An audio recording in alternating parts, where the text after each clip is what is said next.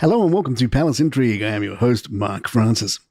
Former friend of the Duchess of Sussex, Lizzie Cundy, has publicly urged Meghan Markle to drop the lifestyle act and start being more authentic. Cundy said, "It doesn't matter how many pots of jam she makes, she's not Martha Stewart."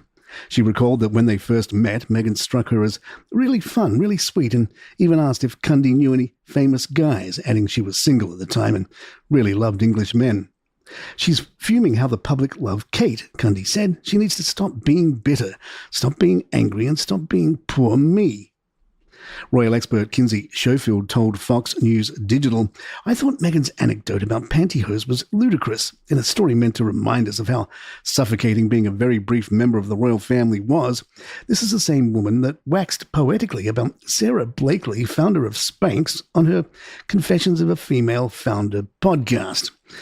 Meghan's pity parties sell, and if I were Netflix, I would be angry that a far more personal interview was released the same day as her streaming program, where we hardly get any insight into Meghan's private life with Harry.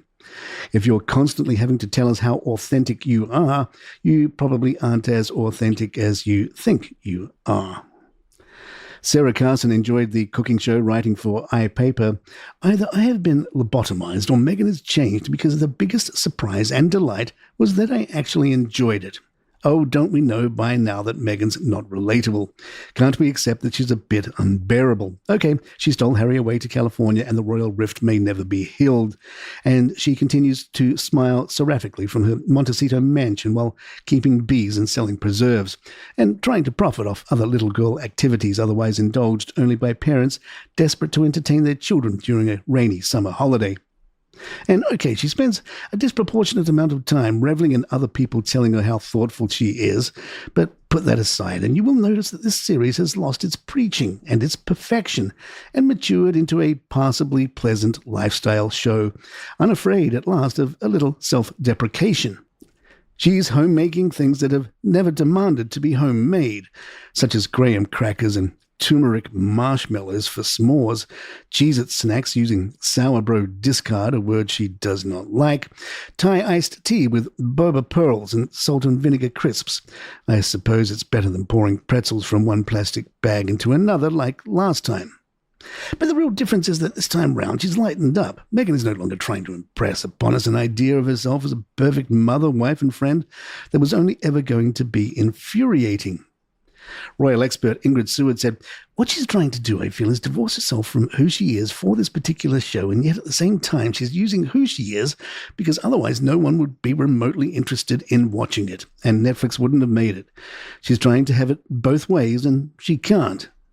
In the Times, Hilary Rose summarizes the show, "It's like an advert for somewhere we'll never go and aren't invited, an ego trip and a sun hat that boils down to this: Meghan is pretty and likes roast chicken and flour arranging." Back with more in just a moment. Prince Andrew was reportedly the target of not one but two assassination attempts during his royal life, according to The Rise and Fall of the House of York by historian Andrew Lowney.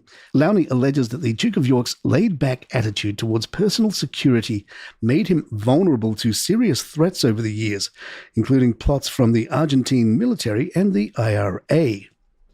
The first alleged attempt followed the Falklands War in 1982, when Argentina is said to have considered sending commandos to assassinate the prince while he holidayed in the Caribbean with actress Koo Stark.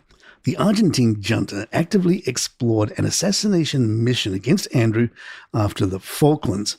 Intelligence sources claim there was talk of sending a submarine packed with special forces to eliminate him. The second incident reportedly involved the IRA, with suggestions that militants had plans to target the Duke on a golf course. A leak revealing confidential plans for King Charles' future funeral reportedly caused deep upset with the palace, with insiders claiming the monarch himself was left furious. The sensitive information, which was first reported by The Telegraph, has sparked widespread concern, not only because of the nature of the leak, but because of the timing. A source close to Radar Online described it as an incredibly delicate leak, one made all the more startling as the king continues to manage ongoing health issues. What inflamed it further, said the insider, was the information about Harry and Meghan, details the palace had no wish to see public. The palace saw the leak as an attack, added another insider. Perhaps most revealing was the reaction to the portion of the plan involving the Duke and Duchess of Sussex. One source remarked on what the leak inadvertently revealed that King Charles hopes to include Harry and Meghan in his final arrangements. The source said, "It's amazing Harry and Meghan will be central to Charles' funeral, but it shows just how desperate he is to mend his family before he dies and bring them all back together again. That is something he does not want out there, as he sees it as private." Prince William may be heir to the throne, but when it comes to parenting, he's taking notes from a rather different source, his in-laws. Kate's family has set the pace, said royal author Robert Lacey in People magazine's latest cover story, and William has been very happy to take the lead from them.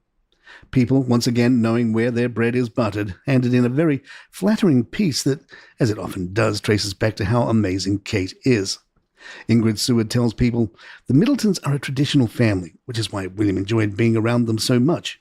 Royal expert Katie Nicholl recently revealed that the Prince of Wales often turns to Michael for advice. He's a cool head in a crisis."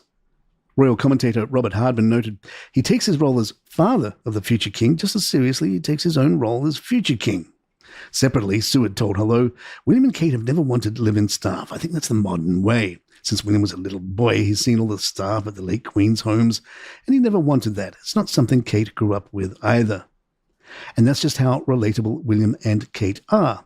They are just like us, about to move into their new 8-bedroom forever home, a grand Georgian mansion which boasts chandeliers, a ballroom, tennis courts, and 8 bedrooms, and it comes with extra security. According to insiders speaking to Naughty But Nice with Rob Shooter, Forest Lodge is undergoing extensive renovations that include infrared cameras, reinforced barriers, and permanent guard posts. One source summed it up bluntly, "This isn't a house, it's a fortress." A local resident commented on the scene, "The trucks haven't stopped. High fences, surveillance systems. You can tell they're building for threats we don't even see." Another quipped, "We thought we were getting new neighbours. What we actually got was Fort Knox in the middle of the park." A former royal protection officer described the overhaul as on a scale we rarely see outside embassies, though the elevated precautions are reportedly in line with current threat levels for senior royals.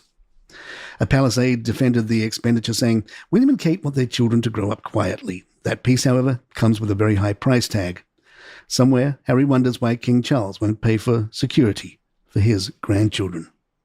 And there you have it. If you'd like to email us, our address is thepalaceintrigue@gmail.com. Please follow us on Spotify, Apple. Leave us a nice review if you're enjoying the show.